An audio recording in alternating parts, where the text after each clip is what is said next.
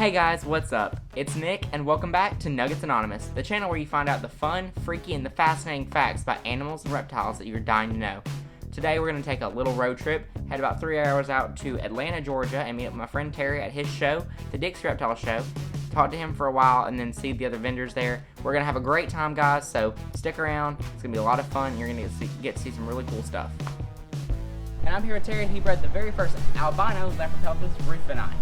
And so, guys, that's an amazing feat, and it's always fun to meet guys who pull off the first in the reptile world. It's just awesome to meet you, Terry. And not only did he do that, he brought the Dixie Reptile show here to the south, which honestly we needed it, man.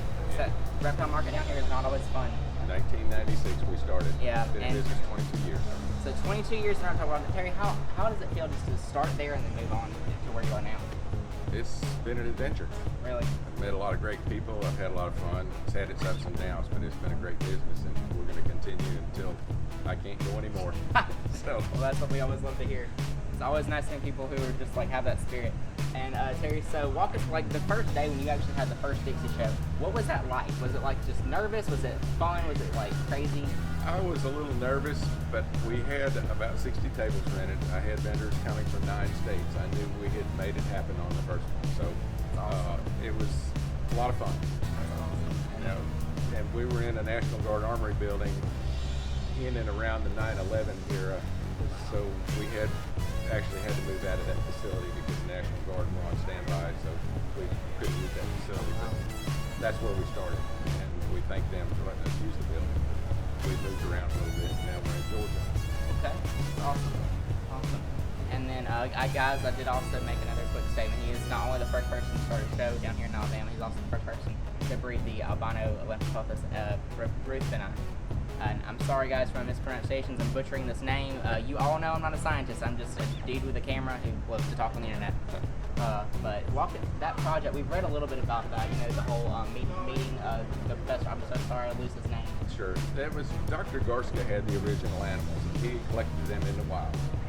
And after I produced the Rufus, we backtracked to his animals, where my animals came from, and we came to the conclusion that somewhere in the wild, an albino was born and it bred. And since this is a tricolored king snake, which is normally secretive, the albino manages to survive and breed. So Dr. Garska had heterozygous animals carrying the gene, and I managed to get 3 of the babies that the gene had been passed on to. So I was the first person that actually put those together. Other people had bought animals, but no one had ever put the combination together. That's really cool. And if I have the part of the story right, so when you were originally picking the animals up, he brought you 2 boxes or jars of the snakes. He did. And so it was kind of like a random draw of the luck.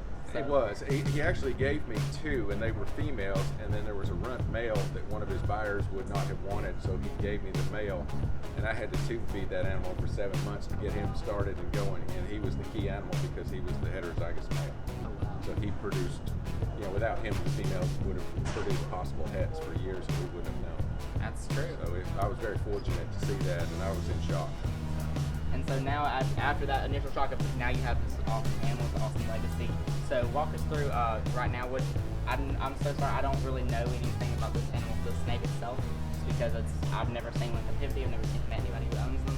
So is it the Rufus itself? Yeah. It's a montane king snake from Mexico. It comes from the state of Quintero, which is hence the common name Quintero king snake.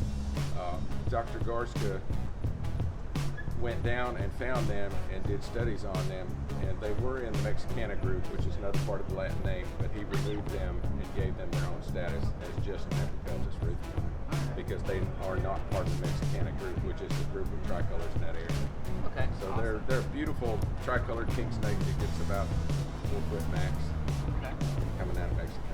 All right. Well, that is really cool that you actually are able to just bring these things. It's always cool to meet, like I said, it's always cool to meet people who do first and who, start things off. Sure. Back, if I remember correctly, this was like, when was this project? 87, before you were born, I think. Yes, it was. I was born, the first year I'm 21, so the first year you had the Dixie show with the same show. Okay. So, if there's a reason I'm here, guys, it's because I was born to come here and talk to this guy. Okay, sure. That's it. But it was also, what I was going to say was, I'm so sorry. How is it, around that time, I think it was probably what the most common thing going around the reptile industry was albino ball pythons and pied ball pythons maybe? I don't think the albino ball pythons were there. The albino Burmese may have been. Okay. And there was a lot of albino corn snakes. Okay, so this is like the beginning of everything. That was the first tricolored albino ever produced anywhere that we know of. There was another one produced, no one documented.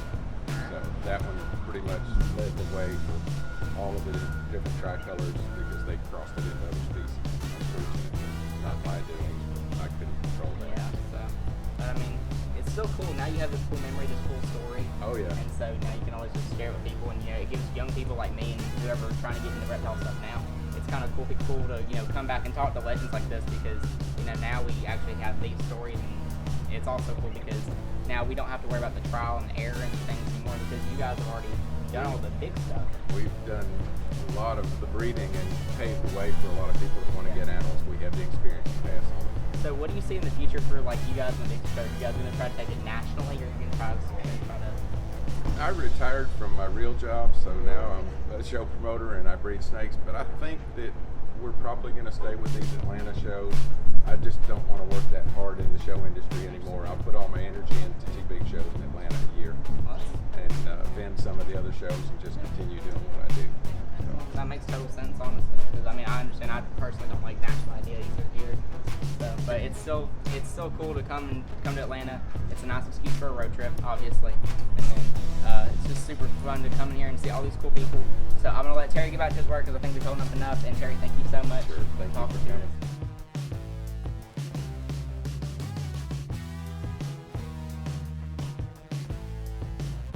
Guys, I'm here with Rufus Darden at Rufus Darden Reptiles, and I'm holding probably the coolest snake I've seen today. This is a Kenyan Sambo, but it's a snow Kenyan, and it's paradox as well. So, Rufus, is this this year's baby? I'm guessing since it's so tiny. Okay.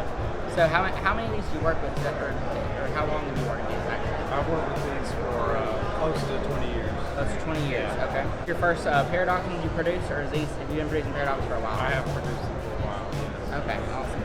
Now, paradox and Kenyans, is that how it works in ball python and stuff, where it's random, or is it more genetic? This is a genetic thing. Yeah, it's actually the paradox snow is exhibiting or expressing the albino gene and the anti-Rufus gene at the same time. Okay. Awesome. And guys, what's cool about that is that, like you just said, there's multiple genes going on in this, but as you can see, there's just this random splotching of pattern throughout this snake. Now that occurs in a lot of other snake species, especially ball pythons. The problem is that in ball pythons, paradox, and you can't really control that or affect that. It just has to happen by turn of chance. However, with these guys, you can actually create a paradox snake just by breeding the right ones together, which is really cool. So Rufus, thank you so much for taking a second to talk to us today, and this little guy is amazing.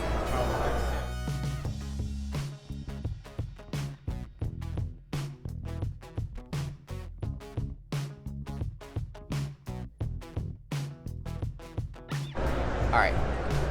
Okay guys, so I'm here with Robbie Chase at Chase and Balls, and try not to say that without laughing, I dare you. But anyway, right now I'm holding probably the most beautiful ball python I've ever seen. This is a pied Lucy yellow belly, or Lucifer yellow belly. So this thing is amazing, mostly because it's like nearly 90% white or more. It's amazing, and you can just see its only pattern is like going to be the head right here and a little tip of its tail. And unfortunately it's in shed, but it's still beautiful. So this is one of your babies from this year, correct? Okay, awesome. So how long have you been working with ball pythons? We've always had them since I was a kid, both of us. But I guess when the genes got kind of crazy, we started really collecting, and next thing you know, you got 100, and it's like, maybe we should start breeding these instead of just having them. So we've probably been breeding them for about 3 years now, and been selling for a couple of years now. Okay. We're vending for a couple of years. Okay. And so was this like a goal project, or was this just something like y'all bred hides and just came in? No, we bought the heads and made it. It was a long process. We bought a bunch of babies and raised them up. So all right, so that's really cool. It's been a long road. All right. And so, is there like a specific gene line or anything that you guys are really excited about using and working with this coming year? This coming year, scaleless. Scaleless. Scaleless. So you guys got some of them brown barchip babies? Yes. Well, most of our scaleless stuff come from, or scaleless head, came from Daniel Allison with Description and Dixie. Okay. All right. So scaleless. Actually, 95%, I guess you can say, we're in all of them. But we will have scaleless babies probably So I know where I'm buying my next snake, or my first snake, I should say. But guys, scaleless ball pythons are beautiful, and it is amazing to see that. It's like a We have pink a scaleless head over here if you want to see kind of what they expect.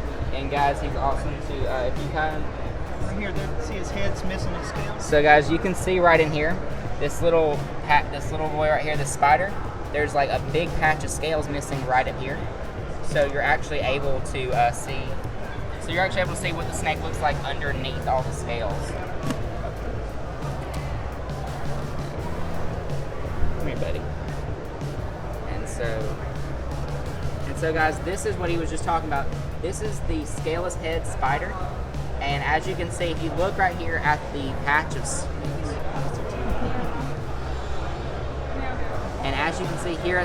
scales that's right there, that's all missing. So you can actually see what the snake looks like beneath the scales, which is really cool. And so the scaleless is the superform. This is a codominant gene.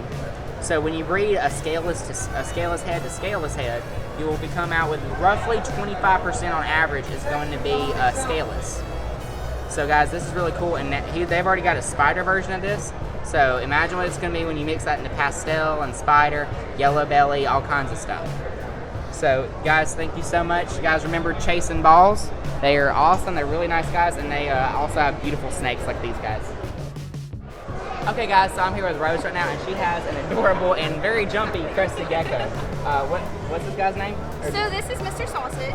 Mr. Sausage. He's a crested gecko, and they're from an island called New Caledonia. It's off the coast of Australia. All right, and guys, New Caledonia is one of those really cool places. It's actually a French territory right below Australia, and I promise these guys are in no danger from jumping. They jump around in trees all the time, so they do it quite well. How long have you been working with these guys? About 10 years. 10 years? Yeah. Wow, that's a lot of time and effort. These guys are super cool, and so do you always work with different kinds like this, or is it like you have a preference? Sorry, give a preference for color. I'm sorry. I work with all different colors, and so these guys are polygenetic, so there's all different kinds of traits, and it's not as black and white as like some ball python morphs. It's not like your typical Punnett square. Yeah. So you get a huge variety with these. So I work with the crested geckos, but I also work with the Leachianus geckos. And these guys are from the same island, but they're the world's largest gecko species. He might be rude. It's cool. I'm just trying to make sure he doesn't run off. Yeah. So guys, Leachianus are also really cool. And like she just said, same island, same everything. But the cool thing about Leachianus is that they have this deep grayness, but if you pay attention to the little patterns, there's pinks and purples and all kinds of beautiful colors in it. And the reason they have this is actually in the wild, they use this to blend into the various kinds of moss that you're gonna find there on the trees. So these guys are very interesting geckos. Thank you so much, Rose, for taking the time to talk to us today. Of course. And guys, make sure you check her out on Instagram and on Facebook. Yep, Rose's Rhacs. Rose's Rhacs. All right, guys, make sure to check her out. She's wonderful. And she's just going to let me because I'm a tree now, guys. I'm a tree.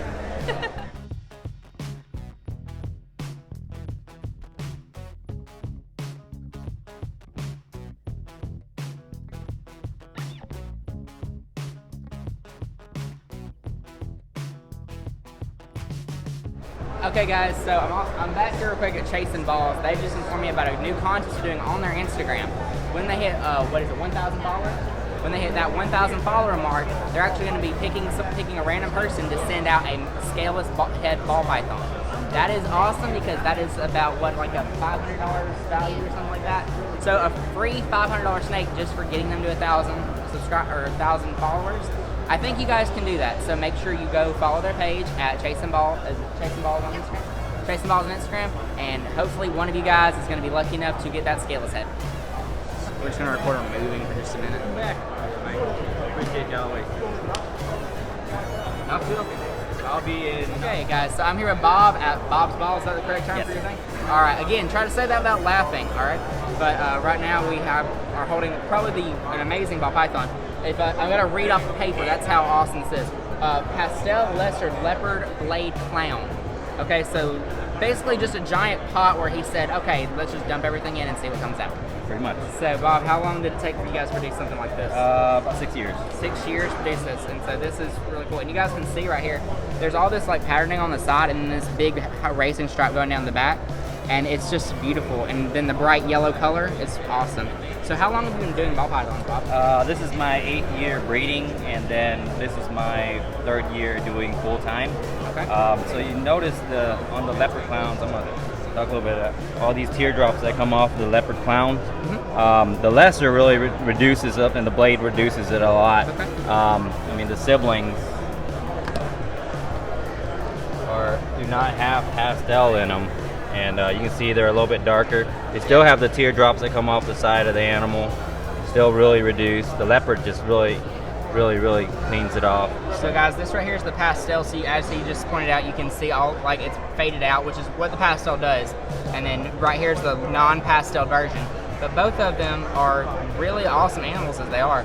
You can just see though that leopard, that lesser. This is why lesser and blade and inchy and different genes like that are so important to ball pythons. They come through and they just take an already cool looking animal, but they wash all that extra stuff out, and they take all that extra out so it just looks nice and clean and perfect. And that's what a lot of people really loving these animals. So Bob, what are your plans for the future? Anything big you're planning to work on? So I'm already in the scaleless head project pretty strong. We have scaleless animals. I have scaleless head clowns. I'm going to make a scaleless clown hopefully this year. Scaleless albino, scaleless pieds. I have one of each of those projects. So those are our stronger projects. And then we have cinder projects, a lot of clown projects. And there's just so many projects, pieds, all of it. That sounds very interesting. And guys, scaleless stuff is really just, it's hot right now. Ever since Brian Barczyk released that random video, and just now he's like, everyone's blowing up because like scaleless ball python. And now we actually now we're on the next phase of that project that he started, where people like Bob and all the other people we've spoken to, they're actually taking all these other genes, mixing it in, and seeing like what happens when you mix random crap together. This morning, the first scaleless banana was produced. That was posted on Facebook. I think Luke brought a scaleless animal to the show. I didn't bring a scaleless. All of mine were in shed. That's the only thing you'll notice. They're perfectly healthy animals. They just shed more often. I think that's just part of their biology, how they are. Yeah, their skin does dry out a little bit faster. You do keep them at higher humidity just to make sure they shed right. There's nothing wrong with the animals. I've noticed they eat perfectly fine. I have all of mine on live. I actually don't even switch them to the frozen thaw because they're great feeders. And I have large females now hitting up 800, 900 grams. So hopefully by this time next year, we'll have full scaleless females on eggs. And that will show, that, because I don't see anything wrong with the animal, considering scaleless corns are able to reproduce with no other issues. So, we're pushing the project. So guys, that's going to be really interesting, like you said. And also, the other thing I've just noticed about the scaleless that in the ball pythons that makes me a little iffy is unlike the scaleless corn snakes and rat snakes, they're missing the belly scales. So it's kind of like, how do they gain traction and all that? But as you just said, they move well. What happens is instead of them scooting, they do move side to side. However, they're able to eat and thrive. They're growing fast. So I don't see any other issues with that. The belly scales, the only issue that you do have with the animal is that when they do shed, their bellies will shed first.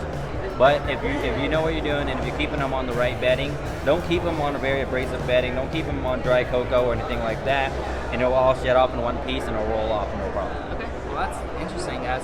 So now you guys know how to take care of your scaleless ball python, thanks to Bob here. Bob, you're awesome, thanks so much for talking to us. And guys, if you are ever at a show where he's at, or if you can find him on, we'll make sure we link him down below. Check out his ball pythons, guys, are freaking beautiful. Thank you. Awesome. Thank you so much.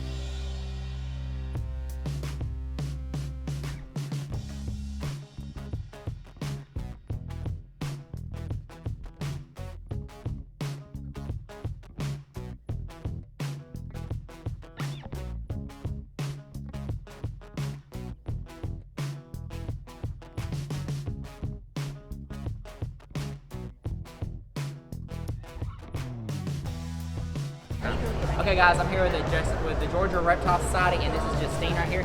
She actually is the founder of the society, and it's really cool what they're trying to do here. What I'm holding right now is actually called a southern pine snake. These guys are really cool, but the sad part about them is that they're actually endangered. And most of that's from just deforestation and from just the area around them kind of becoming, more people-friendly and less snake-friendly. So, Justine, what are some of the efforts you guys are taking for these guys? Is education right now? Yeah, so the Georgia Reptile Society is a group of about 300 individuals. Some of them do have biology degrees, some of them are veterinarians, zoologists, but most of us are just people like me. I work a regular job, and then I do this on the side. And we educate the state of Georgia about the wonderful world of reptiles, and we go to events like this one, but we also go to conventions and other areas you wouldn't expect to see reptiles and expose the general public to reptiles in a very amicable and educative way. Awesome. And what was this little girl's name again? Her name's Regina. And this is Regina. Okay, so Regina, guys, and she's super cool, and you can tell that this society, they really do care about the animals they have in their care. She's absolutely beautiful and healthy. Her skin's flawless, her tongue's flicking perfectly. So you can tell not only do these guys care much about the educational purposes, they love to make sure their animals are well cared for. And this is awesome, really cool, because I believe what one of the members here has told me, they project like 10 years or something before they're really in trouble with these guys. Yeah, so a lot of experts are saying that this particular species is facing extinction in the next decade or so. Wow. Yeah. So guys, that's not good at all, because remember, if we lose animals like this, even just a snake, even though they may not be the most popular animal in the world, it's still cool because it's still not good to actually lose these guys. Because then you lose like a whole part of the food chain, you actually start destroying the ecosystem areas, and it throws everything out of balance. So these guys, the Georgia Reptile Society, it's thanks to them that we're actually able to know about these animals and able to actually move on and try to, help them build them back up, and even the creepy crawly ones. Because guys, it's not just about pandas, elephants, and cute stuff. It's the guys that you really don't think about, like Regina here, who I think is thinking I'm a tree right now. Yeah, she does. You are a tree. I will be the tree. Yes. I will be the tree. All right, well, Justine, thank you so much for taking a minute to talk to us. And guys, make sure you guys check out Georgia Reptile Society if you're down here in Georgia or in the South, and make sure that you check out your local reptile societies for animals that might be like Regina right here, who just needs your help and needs you to look out for them. Okay, guys, thank you so much for watching the video. We had so much fun filming it for you. We really hope you enjoyed it. Make sure you go check out Terry and everyone you saw here in the video today if you have any interest in any of the animals they have, and make sure if you're staying in the South, and check out Dixie Reptile Show. Also, for us, make sure you comment down below what you liked about the video and any suggestions for future videos. On top of that, subscribe to the channel and hit the like button so that way we can keep making this awesome content for you guys. You guys are fantastic. Have a great day, and we'll see you next time here on Nuggets Anonymous. Peace.